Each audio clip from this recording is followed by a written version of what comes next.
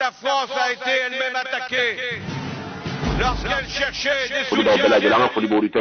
Donc, professeur, sur quelle base les principes, sur quelle principe les accords d'Alger auront-ils lieu le jeudi prochain, plutôt le 16 juin prochain? Parce que bon, je vais lire le communiqué du gouvernement, mais si vous, à votre niveau, vous avez des informations à ce sujet et que vous voulez le partager avec nos auditeurs. Bon, d'abord, j'ai une introduction liminaire à faire. Je remercie les invités d'avoir accepté et singulièrement l'auteur de « Il n'y a pas d'embouteillage dans le désert ». Mais malheureusement, il y a trop d'embouteillage maintenant. Parce qu'il y a Servat qui circule, MINUSMA qui circule, des groupes armés, il y a plusieurs, les djihadistes, les narcos, il y a plusieurs qui circulent, quoi. Donc, il y a de bien embouteillage au désert maintenant. Le Mali aujourd'hui ressemble à un vaste champ.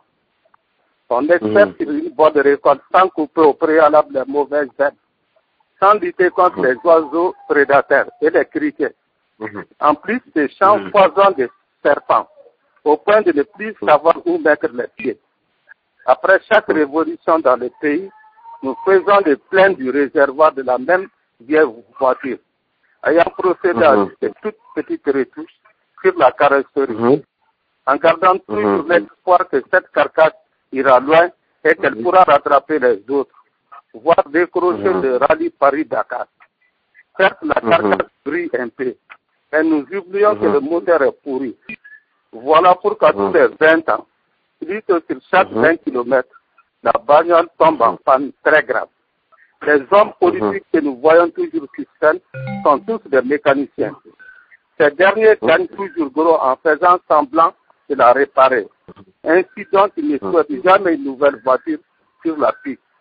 Car dans ce cas, il y aura moins de réparations et beaucoup de mécaniciens qui iront en chômage. Pour les négociations, le gouvernement doit prendre en compte les points suivants.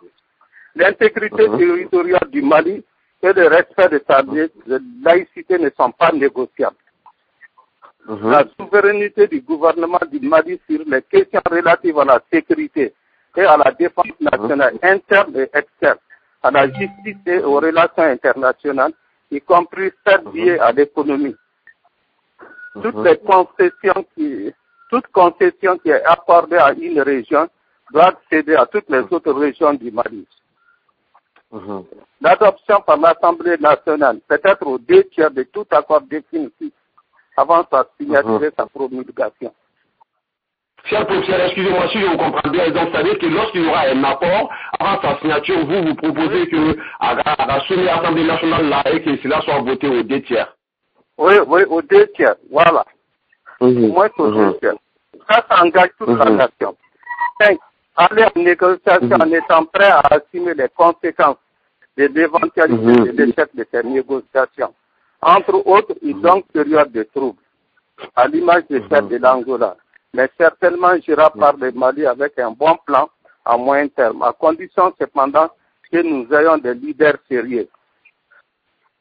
Les MNLA et alliés peuvent manipuler les données autant qu'ils veulent, mais les faits sont là. Entre autres, la majorité de la population du Nord n'a pas mandaté ces groupes armés. Si le Mali comprend cela, alors on ne peut pas perdre ces négociations. Et par ailleurs, là où nous sommes en position, nous sommes à genoux, nous sommes presque à terre. Nous n'avons pas d'autres. Je ne crois pas que notre gouvernement est prêt pour ces négociations. Parce que 60 jours après, on devait commencer ces négociations. Il y a eu trop de tergiversations. Nous avons été noyés par l'avion de 20 milliards, le maudit avion là, avec avec les FMI, la Banque mondiale, tout ça, ça nous noie. Donc, ça nous met en position de faiblesse. Aujourd'hui, notre président n'a presque plus aucune crédibilité.